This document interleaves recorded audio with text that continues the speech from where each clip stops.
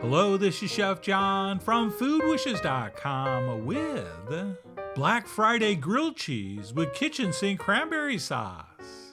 That's right, I'm going to show you the best day after Thanksgiving sandwich ever, made with a very special cranberry sauce that is everything, because it has almost everything. Except, of course, well, you know.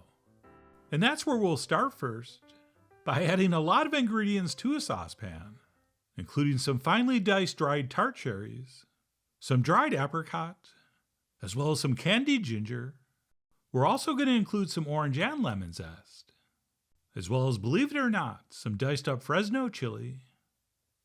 And then we'll spice this up very simply with 1 star anise, followed by a couple sweeteners, which would be a touch of maple syrup, as well as a nice big pinch of white sugar. And then what we'll do is pour in our orange juice, ideally freshly squeezed, but anything will work. Oh, and I almost forgot. We do want a tiny pinch of salt in here as well. And what we'll do is turn our heat up to medium-high. And we'll give this a stir, and we'll wait for it to start to simmer. Oh, and it was right here when I realized I didn't put any cayenne in. So I went ahead and did a few shakes so people wouldn't get mad. But anyway, what we'll do once this is simmering is reduce our heat to medium-low. And we'll let this simmer gently for about 10 or 15 minutes, stirring occasionally, just to give everything a little bit of a head start before we add our cranberries. So that's exactly what I did. And once that's simmered long enough, what we'll do is raise our heat to medium-high and bring this up to a boil.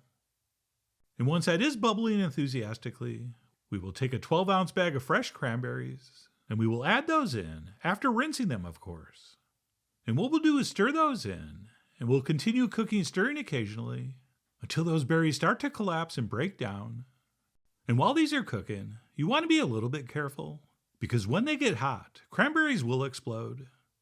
Right, not really a violent explosion, but there is going to be a lot of snap, crackle, and popping, which if you've never done it before, is going to sound a little something like this.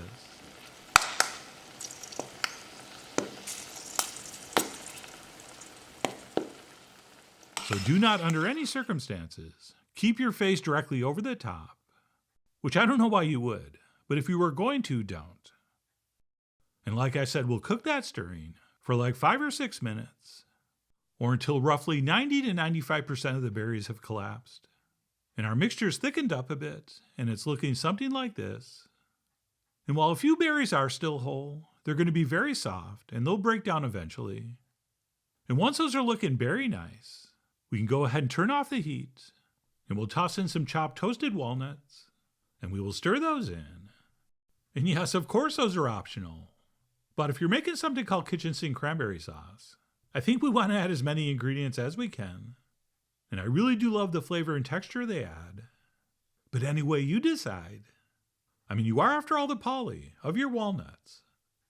And that's it. We'll go ahead and pull that off the stove and transfer that into a bowl, where we will let it cool down to room temp, or at least something very close, at which point we'll wrap it up and pop it in the fridge until we're ready to transfer it into a serving bowl to accompany that beautiful roast turkey we're probably doing.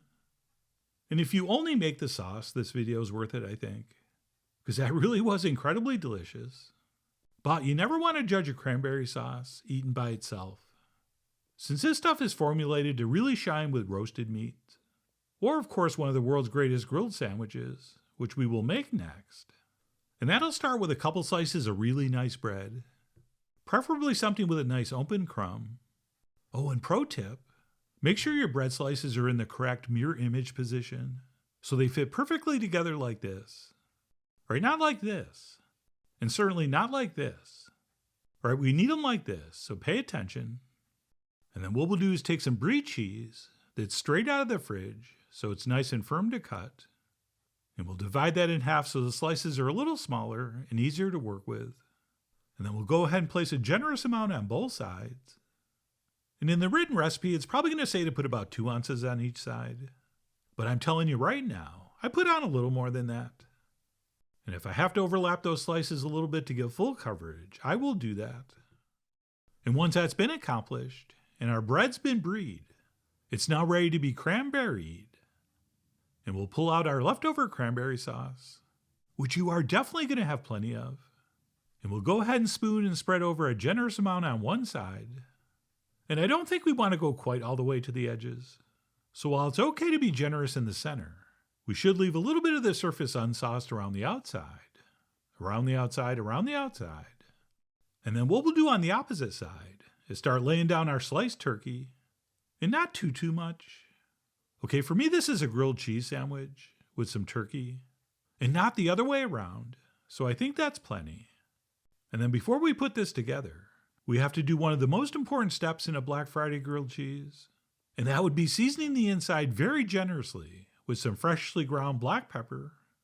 And after grinding that on both sides, we will also definitely want to season the meat with a little bit of salt. And once that's been applied, we will press this together. And I know at this point it looks like we put on too much stuff and our sandwich is too tall. But you'll see as this cooks and gets pressed down, it is going to have the perfect ratio of meat, cheese, and bread. And that's it. We can head to the stove, where we've melted a couple tablespoons of butter over medium heat, and we will place our sandwich down and give it a little bit of a press, and then we'll let that first side cook for 3 or 4 minutes, or until it's beautifully browned. And while that happens, I do like to cover it to keep the heat in. And even though I don't have a lid that fits this pan, just setting a larger lid over like this will do the trick, as would a piece of foil.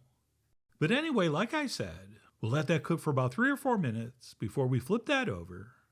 But before we do, we want to turn our sandwich this way, since you always want to flip a grilled cheese towards the flat side, so it's less likely to fall apart.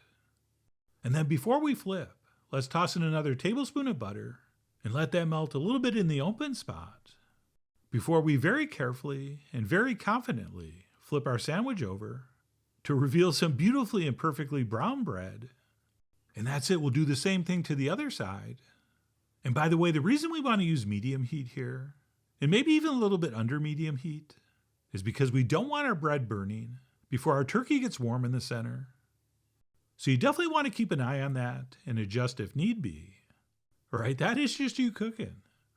Oh, and then speaking of heat, once both sides have been beautifully browned, what I like to do is take about a teaspoon of water and pour that on either side, and then put the lid back on, and we will just let this steam for about 30 seconds or so, which is going to give it one last blast of heat and add a little bit of moisture. And no, don't worry, it's not going to affect the crunchiness, as you will hear in a moment. And that's it. We'll go ahead and pull that out of the pan, and we'll head to our cutting board. And before I do any more talking, let's just listen to this cut.